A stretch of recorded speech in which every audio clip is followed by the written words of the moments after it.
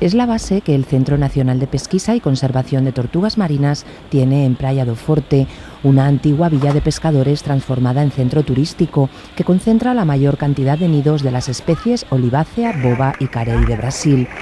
El centro, que dispone de 16 bases por todo el país, se encuentra a pleno rendimiento. Durante la actual temporada de desove de los quelonios, que comenzó el mes pasado, espera poder sacar adelante 1,5 millones de crías que después enviará al mar. 5 especies de tortugas marinas visitan cada año Brasil. El Centro Tamar ha logrado salvar en sus 32 años de vida a más de 13,5 millones de crías. Su meta, cuando finalice en marzo esta temporada de desove, es llegar a los 15 millones. Un ambicioso objetivo que exige la difícil tarea de no perder de vista a decenas de miles de hembras que regresan cada año al lugar donde nacieron para cavar un nuevo nido y poner sus huevos que después cubren con arena.